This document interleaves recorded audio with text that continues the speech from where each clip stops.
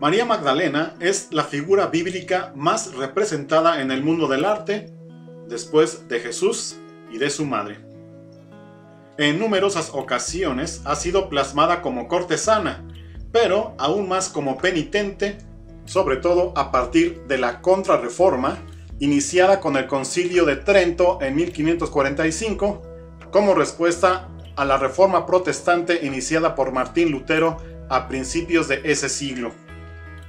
Como prostituta, suele llevar en la mano el frasco de perfumes que habría derramado sobre los pies de Jesús, mientras que, como penitente, porta una larga cabellera con la que en ocasiones cubre su cuerpo desnudo. Habitualmente su faceta de mujer voluptuosa se compensa con el toque místico de su arrepentimiento y su enamoramiento de Jesús, es decir, una combinación perfecta de amor sensual y divino.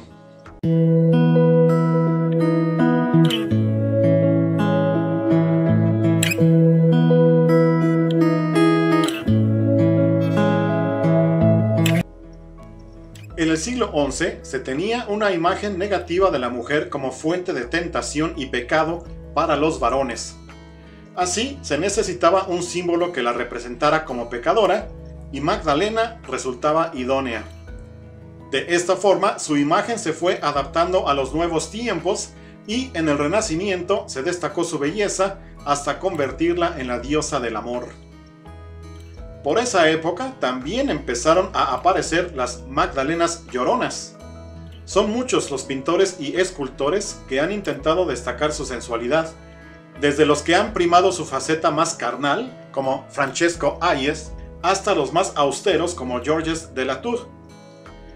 Frecuentemente aparece despojándose de sus galas, tomando la última comunión o en éxtasis.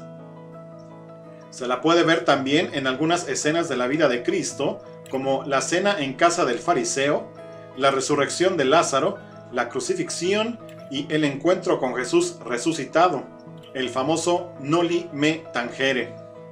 Esta locución latina, que significa no me toques, es a su vez una traducción de un texto griego que equivale en castellano a la expresión no me retengas. El Evangelio pone esta frase en boca de Jesús: no me retengas, todavía no he subido al Padre. La representación más frecuente del Noli me tangere la muestra arrodillada ante Jesús, quien hace el gesto de apartarla. Existen tres personajes bíblicos femeninos que algunos identifican con una sola persona y a menudo se confunden. María de Betania, la hermana de Lázaro y Marta, la pecadora anónima que unge los pies de Jesús, y María de Magdala, la que vio al Mesías resucitado. ¿Cómo se llegó a confundirlas? Principalmente por la voluntad de identificar a Magdalena como una mujer de mala reputación, y qué mejor manera de lograrlo que convertirla en prostituta. Ya en el siglo VI, el Papa Gregorio el Grande aseguró que la mujer designada por Lucas como la pecadora, llamada María por Juan, es la misma que la que Marcos atestigua que fue liberada de los 7 demonios. Pero mientras la Iglesia romana identificó a las tres mujeres como una sola persona, la Iglesia oriental las consideró desde siempre tres personajes diferentes. No obstante, en la actualidad es muy difícil que algún teólogo la considere realmente como una prostituta. Hoy, todos los expertos en ciencias bíblicas aceptan que en las enseñanzas de Jesús hay un gran sustrato gnóstico. Este se advierte sobre todo en el cuarto evangelio, el de San Juan, uno de los que más problemas ha creado siempre a la Iglesia por lo distinto que es a los otros tres, los de San Lucas, San Marcos y San Mateo, denominados sinópticos debido a las grandes coincidencias que presentan entre sí. De hecho, se defiende que el autor del cuarto tuvo que ser gnóstico e incluso que pudo haberlo escrito la propia María Magdalena. Pero además existe la creencia, para algunos la certeza, de que María Magdalena escribió su propio evangelio. El llamado Evangelio de María es el único texto apócrifo de las primeras épocas del cristianismo adjudicado a una mujer. Fue escrito en copto, la antigua lengua de Egipto, en el siglo II o en el siglo IV. Pero no fue descubierto sino hasta 1896 en el Cairo, junto con otro manuscrito, el Codex Gnóstico de Berlín. Y aunque en el siglo XX aparecieron 2 fragmentos más, ninguno de los ejemplares está completo. Al margen de su brevedad, el texto conocido es lo suficientemente sorprendente como para revolucionar la interpretación de la doctrina de Jesús. Comienza describiendo cómo Jesús resucitado charla con sus discípulos. Les advierte que el pecado no existe, sino que son ellos quienes lo engendran al dejarse llevar por la codicia y que solo alcanzarán la salvación si buscan en su interior. Finalmente les manda que vayan a predicar y desaparece. Ningún discípulo, excepto Magdalena, entiende su mensaje. Temen predicar pues no quieren acabar trágicamente como el maestro. María intenta consolarlos y Pedro, quien reconoce que Jesús la amó más que al resto, le pide que les cuente lo que él le dijo en privado. Ella explica entonces una visión en la que Jesús le apuntaba cómo vencer a los poderes malignos. Sus compañeros no creen que dichas enseñanzas aventajadas pudieran haberse dado a una mujer y Pedro, el más celoso, está convencido de que miente para darse importancia. Magdalena, con lágrimas en los ojos, se dirige a él diciendo: ¿acaso supones que digo mentiras del Salvador? El texto que muestra a Magdalena como líder, discípula ideal y apóstol, refleja para muchos la controversia sobre el papel de la mujer en el seno de la Iglesia. En las primeras comunidades cristianas hubo diaconisas y profetisas, pero ya a finales del siglo I su importancia había disminuido considerablemente. En aquel tiempo se estableció la lucha por la herencia cristiana entre distintas corrientes y fue perfilándose como única la que representaban Pedro y los apóstoles varones. Todo lo que no estuviera relacionado con dicha posición, como el Evangelio de María, fue considerado herético y por tanto fue silenciado y perseguido.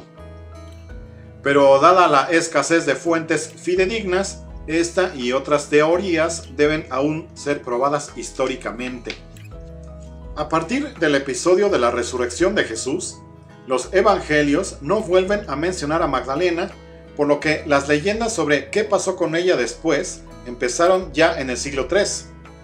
Eso demuestra que, aunque sus huellas históricas se pierdan pronto, el personaje no cayó nunca en el olvido, pero al tratarse de leyendas están basadas en datos erróneos.